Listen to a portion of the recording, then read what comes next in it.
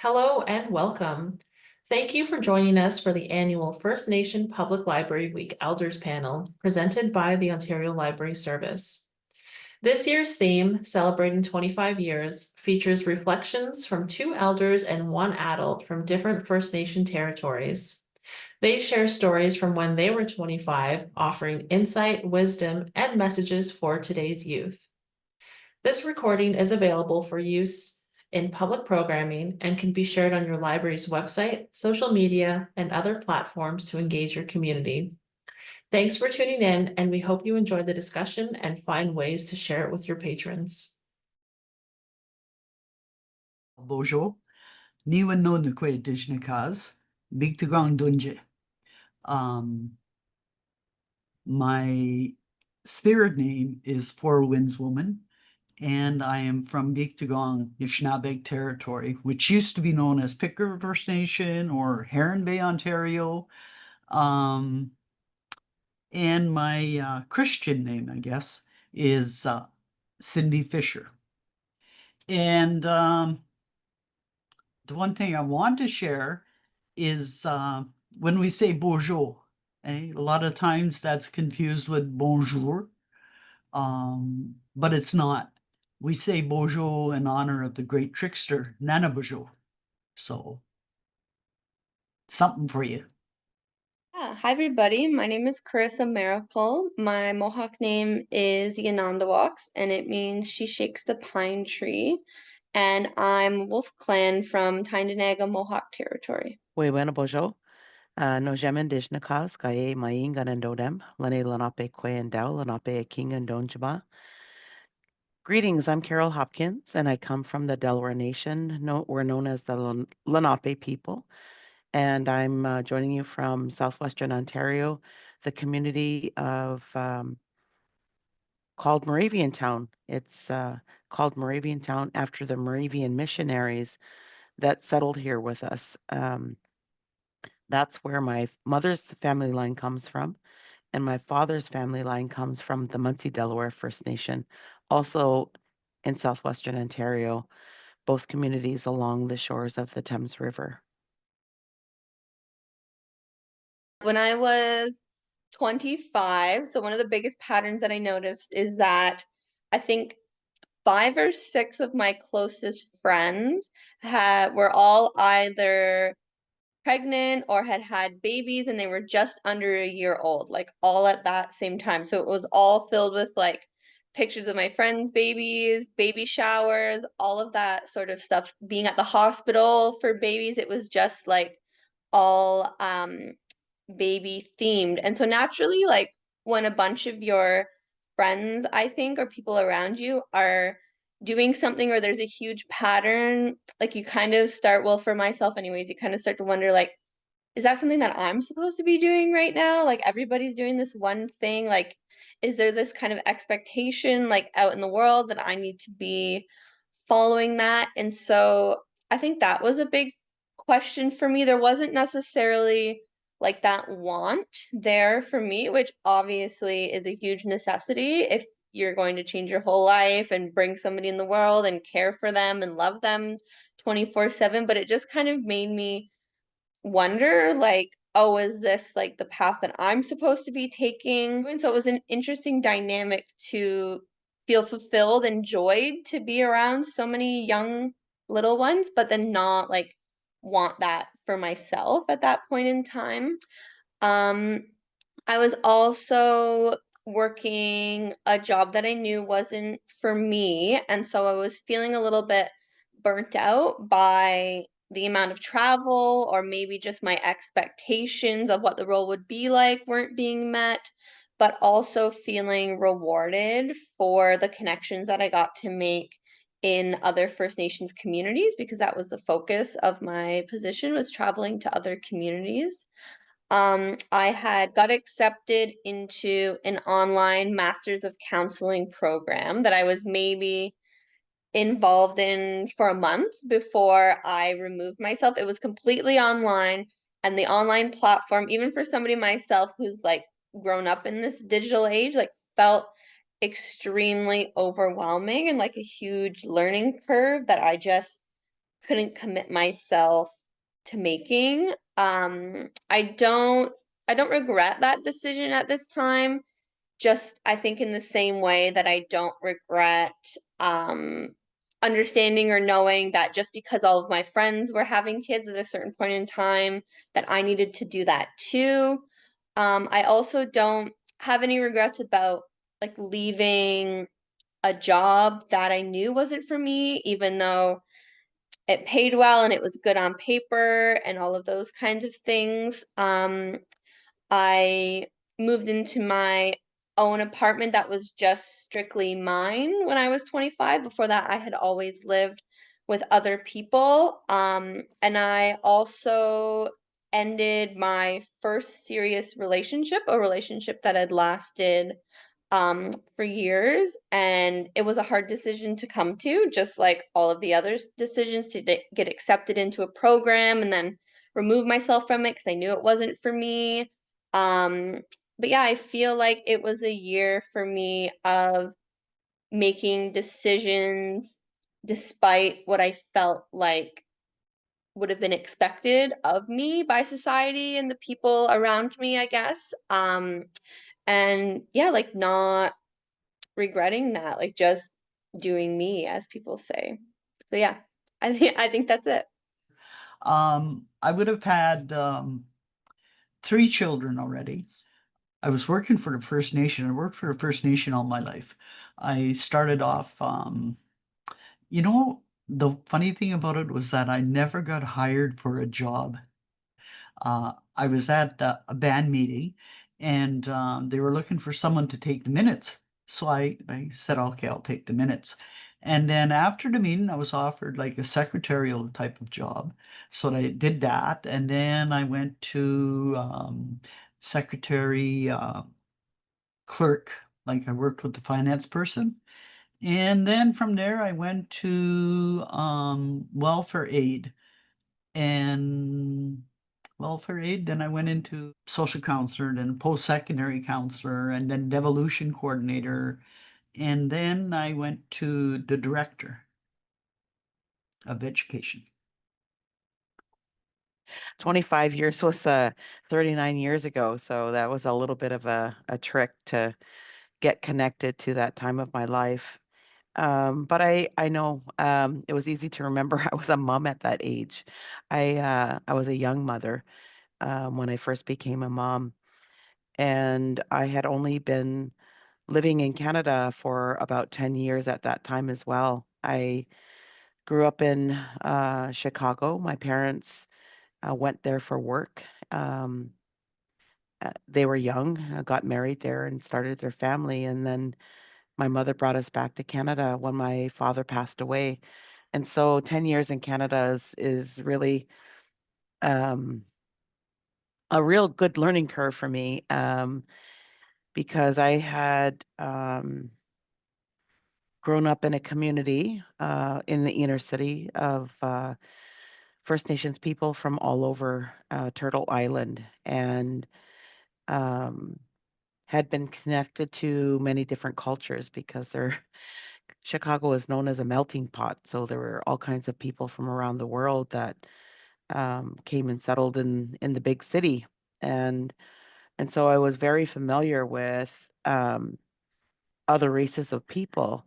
But it was only when I came to Canada that I learned about racism, um, and staying where you belong. It was the first time I ever lived on a First Nations reserve community.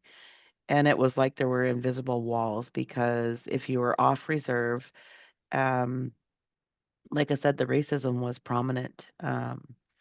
And so by the time I was 25, I had learned about racism, learned a way to navigate that, and I was a mom.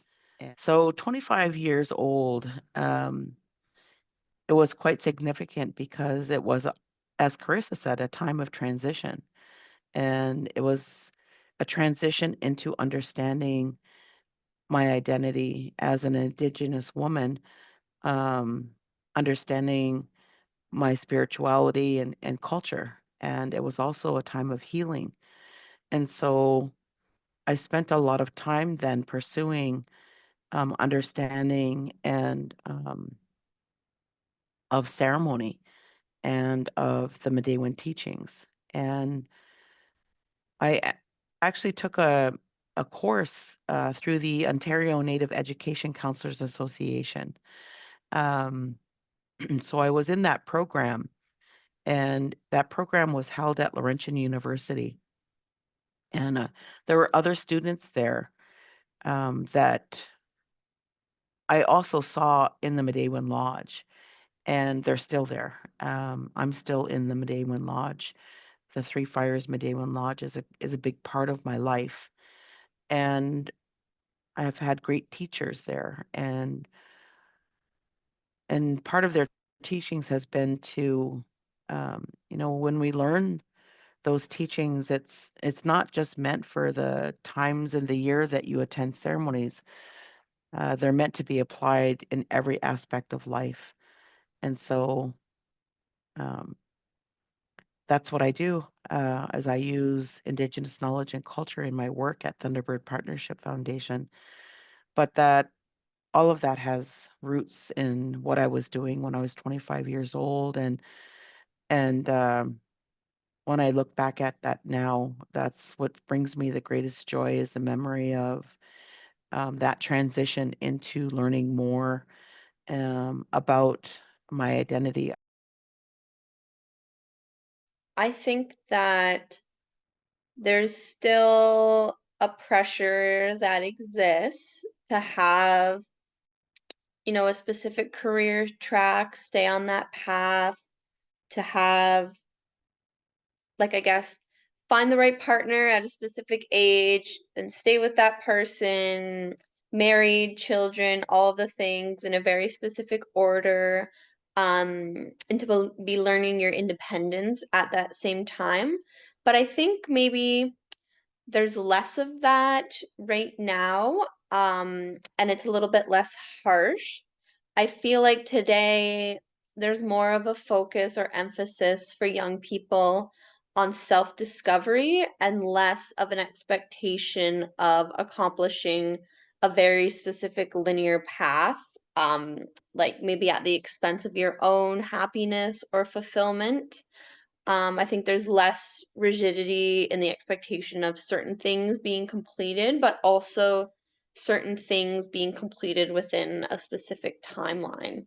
And then I also think too, the way that we portray our lives on social media has changed. I feel like in 2019, Instagram was the most popular social media app, and what we were all focused on was projecting this idea of a perfect life. And that can still be the case. Like, that's hard to get away from for sure for most of us. But I feel like with TikTok specifically gaining um superiority in terms of being like the most popular social media app, I see a trend of people more accurately portraying themselves and their realities online because of whether that's because of TikTok specifically or the way that the platform's set up, or we're just having like this shift in how we want to use our social media. And I think that's a lot better for everyone's overall well-being. Well, there's significant changes since the time I was 25 years old. My grandchildren know about residential schools. They have an understanding about day schools from the experience in my family. It's not a mystery. There's no wondering about our family's experience and how that has impacted our life. But beyond that, culture is also more accessible today than it was back then. We go to cultural-based events like powwows all the time, and we attend ceremonies. All of my children, grandchildren, we all attend ceremonies. Ceremonies are a big part of our life. So much so that one of my grandsons said to me as he was finishing high school, I said, "So you submitted your application to college or university?" He said, "Oh no." I said, "Oh no." He said, "No." he said, I have to think about what I'm going to do. The same as Karissa was talking about, that expectation that you go from this to that in this linear journey. He said, I have to think about that. I said, oh, what are you thinking about? And he says, well, I don't want to have a job where I have to choose between my job and ceremonies or being with my family. He said, my priority is my family and ceremonies, feeding my spirit. And that brought me so much joy to hear him say that's his priority. And he was confident in saying that, knowing that that choice, making that decision was absolutely acceptable. And he said, if I go to college or university, what program am I going to take? What program is going to help me further understand my culture and the importance of ceremonies? Am I going to get that at post-secondary? And I was like, that's a great question. Choosing ceremonies and culture and language are a priority, and it's not a secret. It's not something to be afraid of talking about.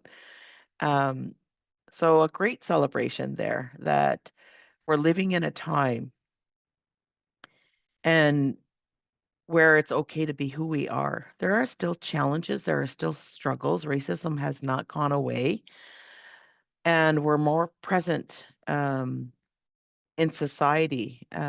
We're in the time of reconciliation, and so there's constant conversations about what does that mean? How do we actually do it? And so we're living in a very different time. I didn't find my spirit name until I was um, almost 30 years old. And all of my grandchildren, they have their spirit name. They know their clan. They're connected to their culture. They're connected to ceremony. They're connected to a way of life that is supportive of their spirit journey through this world. And they're still trying to discover what that means, how to translate that into a career that's going to provide income for them. But they're not prepared to give that up for the sake of a job. That's significantly different. There is a lot of good in the grounding that they receive here in the school, or at home or at ceremony, but they need to pay attention. And I would think when they're 25, they need to remember that. They need to remember to fall back on that, and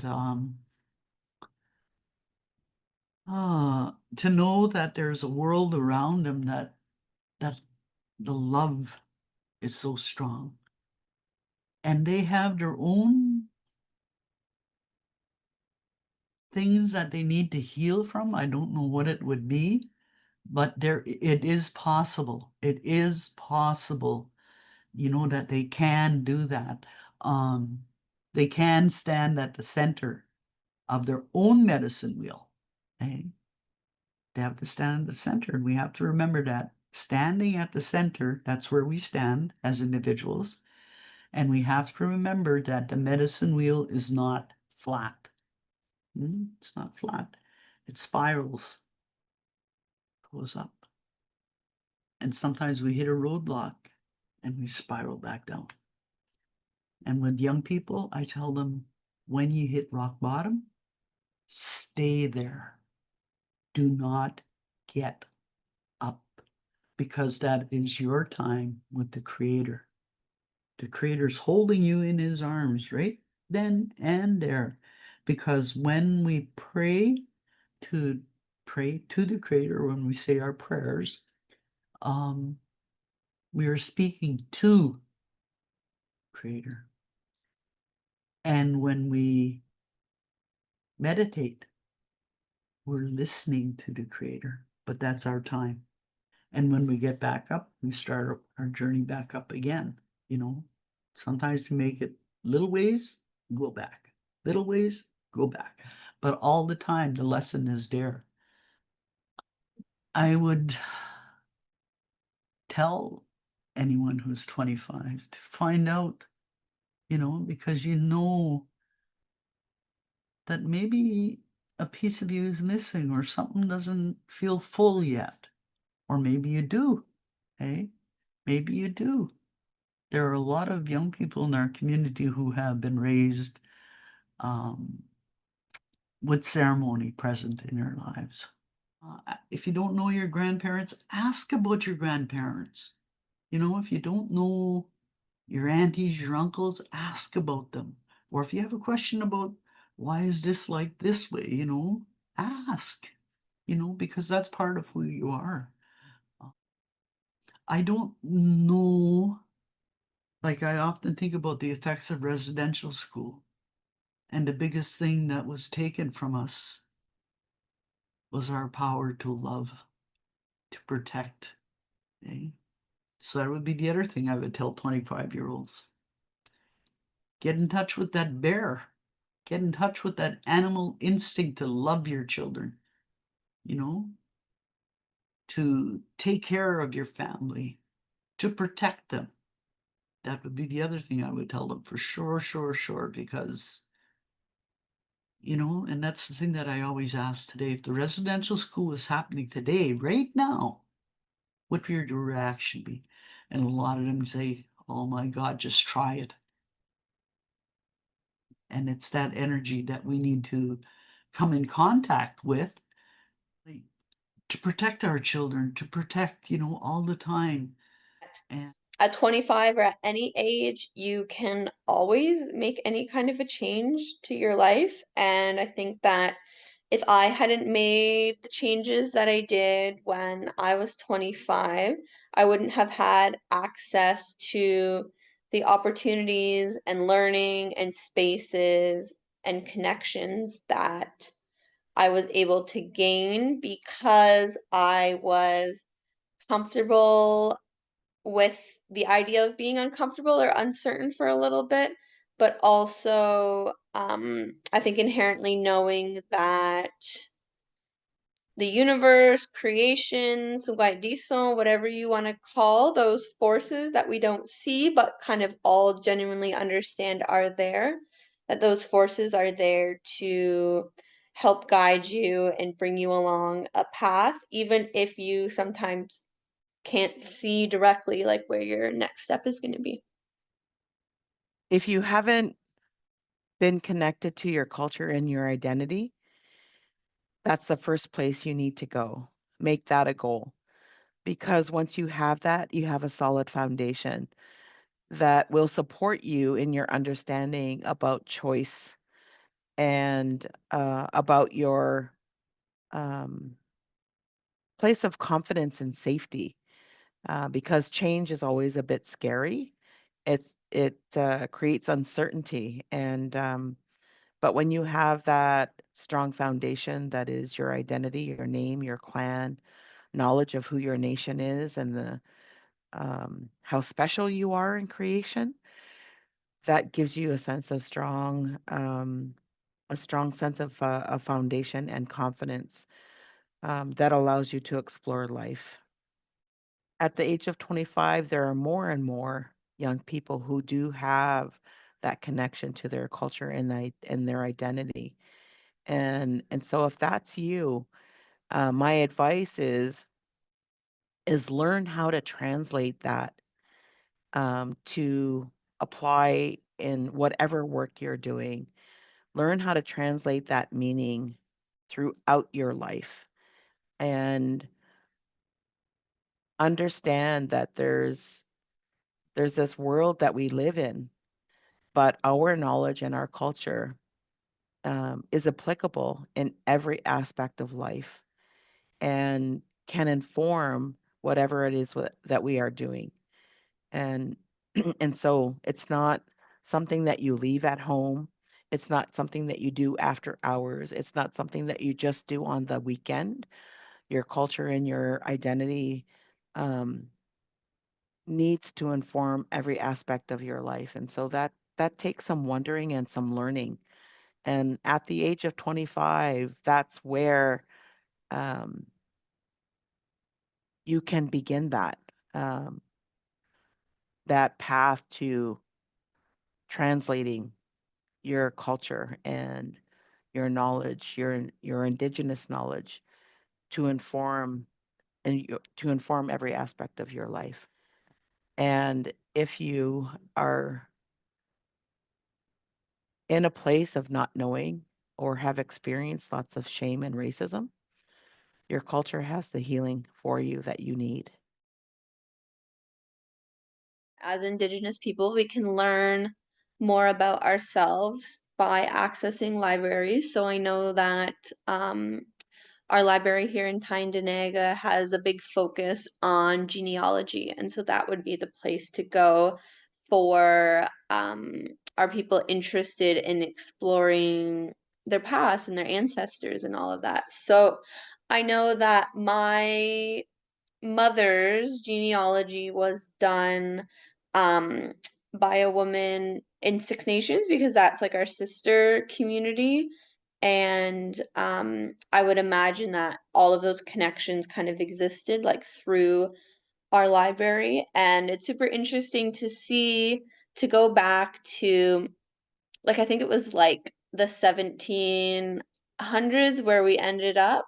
And that was only because that was the point in time where our specific Haudenosaunee ancestors had came from Mohawk Valley, so New York State, over here into Canada. And so it was really interesting to see around the early 1800s, 1700s, people having Mohawk names like as their first names. And so it was really cool for me to look at those Mohawk names, ask people in my community to translate them in the way that they could. I mean, obviously the names at that time weren't spelled the same way that we use letters and punctuation and all of that stuff in our names now, in our words now. So it was interesting to see what people thought the names meant, but then also like what could be the like metaphor or symbolism embedded in those names. Like libraries can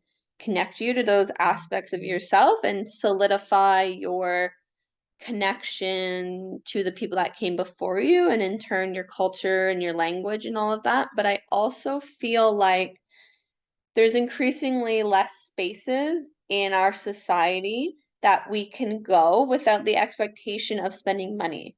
And that's concerning to me, and I'm sure a lot of other people, that whenever we want to connect with others socially, whenever we want to get out and do something, there's always the expectation that we're going to be spending money in some kind of a way. And I think that libraries are great because they're one of the last few places that we have where there's not that expectation there, and you can go and learn something or spend time with people or access services without the need to contribute to that consumerism and all of the unhealthiness or things that are inherently wrong with yeah, I guess like capitalism and consumerism. So I think that that's really interesting and another reason why libraries feel important to me. Oh my goodness. Uh, the books for sure.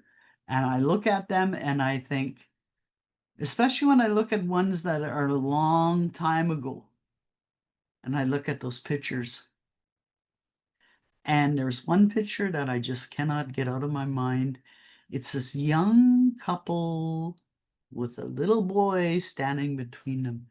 And oh my God, their eyes are just sparkling, just shining, you know? So I don't know, I think about that and I think how much love was in that picture. So there's that. There's those types of things, but also the other services that are offered. And I think we have to start creating awareness of the services that are offered. And like I see things Glenda has out there, and I think, holy, like even a play date at the library. Like bring your grandson. Hey, you can tell I got grandson. But anyways, bring your grandson out to play this game or whatever. So there's a lot of more things. Like the thing is to get people into the library, not necessarily just the school kids, but to get community-wide into the library. And now I'm just thinking, that might be the place we could start our Nishnaabeg one. The place is here. It's got good vibrations. So stay tuned. I want to say again, I'm very appreciative of the Ontario Library Service for making this initiative possible, that there are videos that are accessible and can support individuals as allies or First Nations individuals in pursuing greater learning about themselves. So, miigwech, anishik.